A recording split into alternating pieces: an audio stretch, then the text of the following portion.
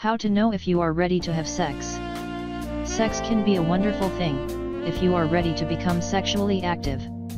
If you are not ready, then it can have some severe consequences, including emotional problems, sexually transmitted infections, and even unintended pregnancy. There are several ways that you can determine if you are ready to start having sex.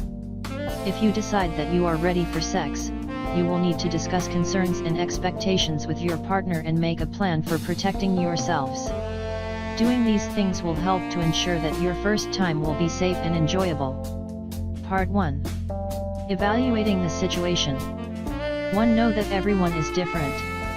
Making the decision to become sexually active is a big one, and you have to consider your unique situation. There is no right time to become sexually active. It is just something that you have to think about and do your best to make the right decision for you. 2. Examine your personal beliefs. Before you decide if you are ready to have sex or not, it is important to think about your personal values and beliefs.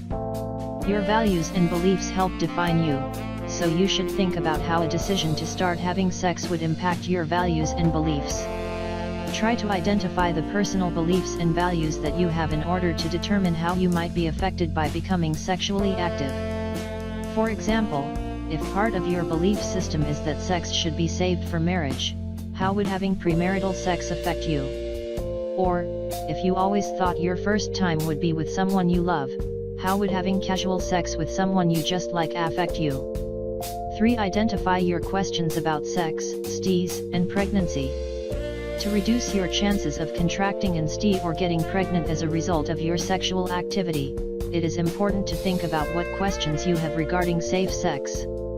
Identifying your questions will help you to figure out what you need to learn more about. Try talking to a trustworthy older friend or adult about your questions. If you are not comfortable with asking someone questions about sex, then you can always search the internet for answers, as well as asking your doctor, school nurse, a therapist, psychiatrist, or anyone else, because they can give you more real answers than the internet. Keep in mind, though, that everyone's opinion about sex is different. 4. Ask yourself how well you know and trust your partner.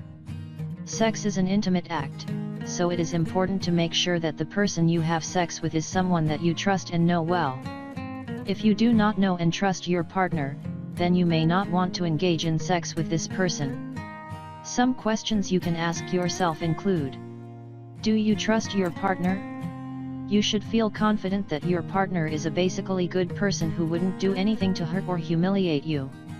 This can be hard to gauge, but here's a metric to try. If you wouldn't trust him or her with any of your private thoughts or secrets, then you probably shouldn't be sleeping together. Is your relationship mature enough to include sex? If the majority of your interactions with your partner focus on superficial things, then incorporating sex might be a bad idea. If, on the other hand, you feel like you and your partner help each other grow and improve as people, then you might consider moving on to having sex. Can you discuss sex with your partner?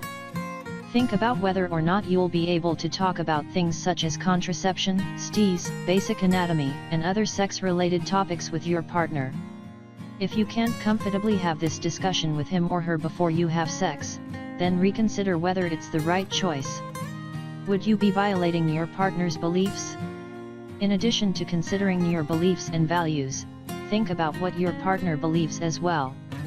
If he or she might be subject to shunning or punishment for having sex with you, it might be best to hold off. Will you be embarrassed later about sleeping with this person? This might sound silly, but try to think ahead a few years. If you were no longer dating this person, would you be embarrassed to describe him or her to your future partner? If the answer is yes or maybe, consider holding out for something better. 5. Determine if it is legal for you to give consent. The age of consent varies in some states, so you may want to make sure that you can legally have sex before you make your decision. Keep in mind that even if you consent, if you are not within the age of consent, then your partner could get into trouble.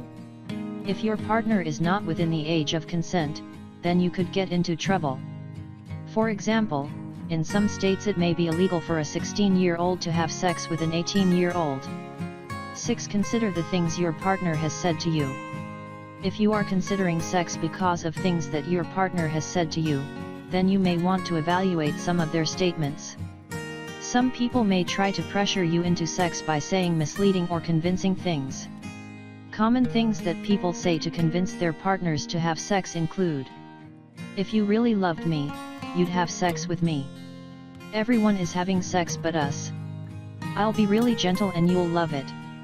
You're going to have to do it sometime. Why not now?" 7. Think about what your peers have said. Peers can also be influential in a person's decision to become sexually active. But deciding to have sex because of things your peers have said is not a good idea. Consider the things that your peers have said that may be influencing your decision. Some common things that peers say about sex include: "You're a virgin. I have been sexually active since I was 12. You wouldn't understand because you've never had sex. Sex is the best thing ever. You are really missing out." Part 2. Talking about sex. 1. Talk to your partner. Once you have taken time to consider your feelings and evaluate your influences, you may still be considering having sex. If you decide that you are ready and do not feel that your partner or friends are pressuring you, talk to your partner about how you feel. Try saying something like, "I think I might be ready to start having sex. How do you feel about that?" Keep in mind that even if you feel ready, your partner might not feel the same way. If your partner says he/she is not ready, be respectful of his/her choice. 2. Ask your partner about his/her sexual history. If your partner is ready to start having sex too, you should find out about your partner's sexual history. To protect yourself, it is important to know how many sexual partners your partner has had, as well as whether or not your partner has ever had a sexually transmitted infection or STI.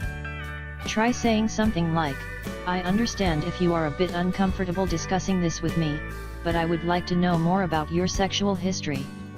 Have you ever had sex before? If so, how many people? Have you ever had an STI?" 3. Discuss how the two of you would handle serious consequences. Before you enter into a sexual relationship with someone, it is important to think about how you would handle serious consequences such as pregnancy or infection.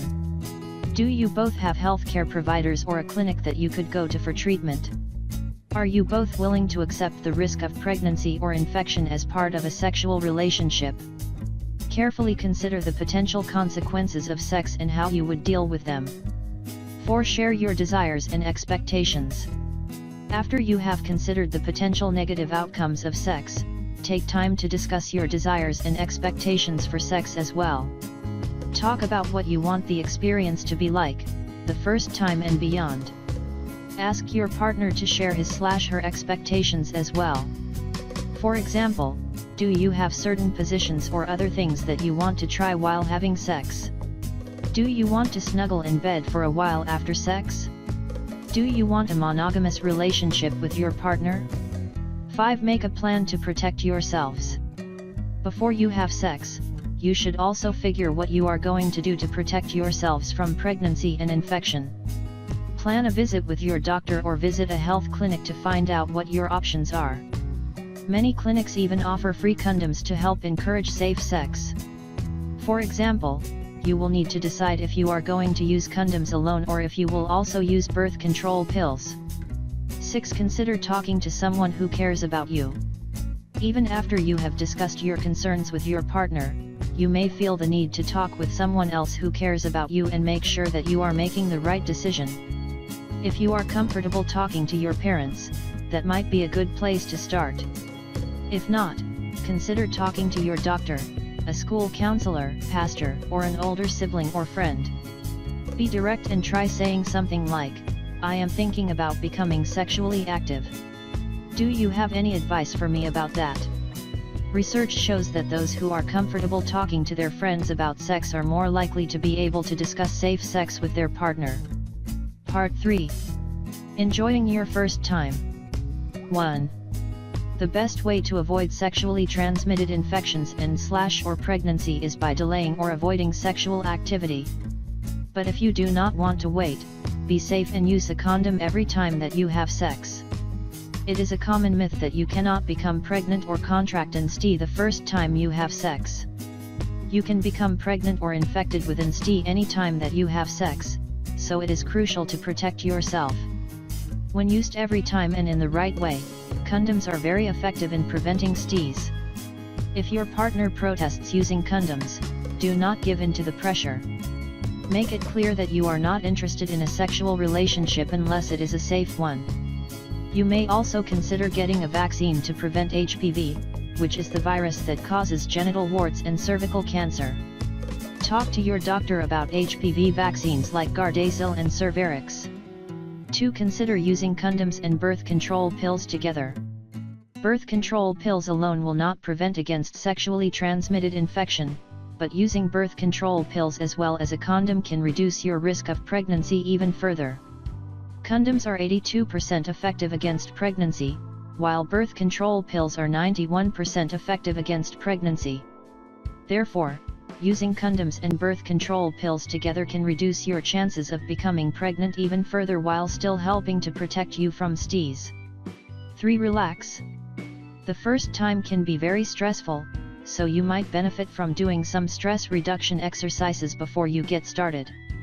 Try taking long, deep breaths to calm yourself before you have sex. Remember that everyone is a little nervous the first time, so there is nothing abnormal about feeling this way. 4. Take your time. Part of what makes sex fun is the foreplay and romance. Take your time and enjoy the moment. Don't feel like you need to race to finish. Just take your time and enjoy the experience. Try setting a romantic mood by playing some soft music, dimming the lights, and talking for a bit before you start. 5. Tell your partner if you are uncomfortable. If you are not enjoying the experience at any point, you should tell your partner. Likewise, if your partner asks you to stop at any time, stop. Sometimes sex can be painful the first time, which is normal. But if you are just not enjoying yourself, it is important to let your partner know so that you can adjust your position or decide to try again some other time. 6. Accept that your first time may be awkward. Although movies and TV might make sex seem like a glamorous, romantic experience, it can actually be very awkward.